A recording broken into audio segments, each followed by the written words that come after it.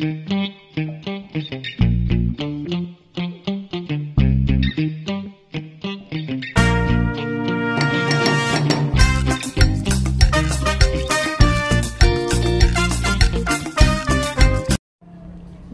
ayan, meron akong naisipang iluto ngayon, request ng anak ko. Ayan, pero bago ang lahat guys, don't mind about my chopping board kasi matagal ko nang gamit yan, panahon pa yata ng hapon, kaya gamit na gamit talaga yan.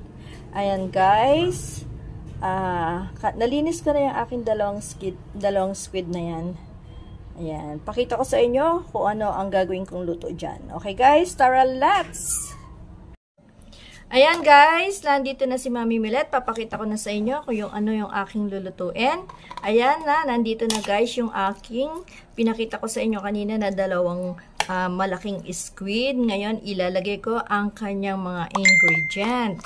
Ayan, lagay ko na. Pagsasama-samahin ko na guys. Ayan, bawang,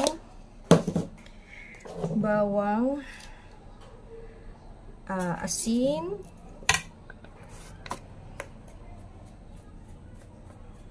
yan guys, pamientang durog, yan, konting betchin, konti lang yan guys tapos yung aking, wow sarap, lagay ko na kasi yan lang magpapalasa, hindi ko na siya nilagyan ng, konti lang yung asin ko na nilagay guys. Yan. Tapos, haluin ko muna siya. Halo-halo. Guys, halo-halo lang. Yan. Nakita niyo yan, guys. Ayan. Yan ang aking favorite dyan. Yung kanyang ulo. Haluin ko lang siya para mag-mix yung kanyang lasa. Ayan. Yan. Tapos, lagyan ko na siya ng egg. Lagyan ko siya ng isang egg, guys. Isang egg. Ayan. Halo-halo. Halo-halo lang, guys. Ayan. Halo-halo. Lagay ko pala yung kanyang, guys, yung kanyang kalamansi. Ayan. Guys, ito ay version ni Mami Millet ha. Hindi ko alam kung ano ang version nyo, pero ito ang version ni Mami Millet. Ayan. And then, lalagyan ko siya ng harina. Ayan. Ayan.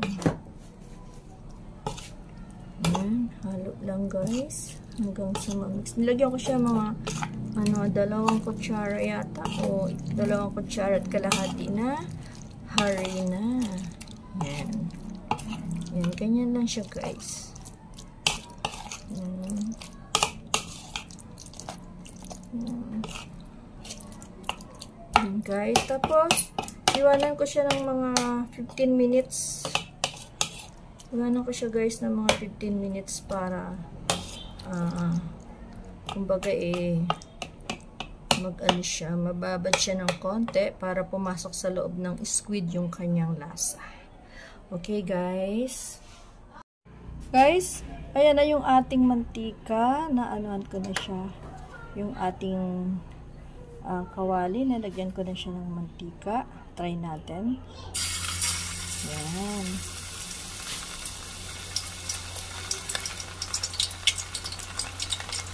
Ayan.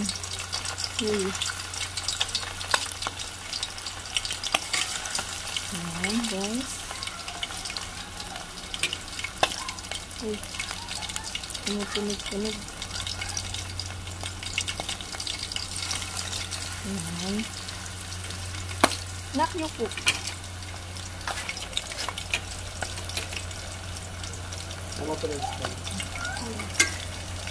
Ayan.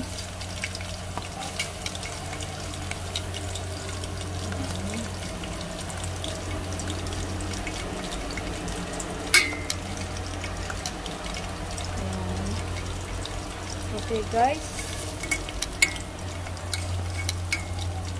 Ayan. Papupulahin ko muna guys ha. Guys, ayan na oh, naging golden brown na siya. Yung iba naaalis na ng coating. Yan. Pero okay lang yan. Kasi pangbahay lang naman yan. Yan. Yan guys. Wow, sarap. Yan. Wow, sarap. Yan. Guys, ayan na ang calamares ni Mami Millet. Yan. Ayan na yung finished product ng calamares ni Mami Millet. Ganyan ang aking Mami Millet version ng calamares. Ayan guys, hindi ko masyadong toasted kasi ayaw ng anak ko ng toasted kasi titigas daw siya guys. Kaya hanggang ganyan lang ang luto ko. Yan.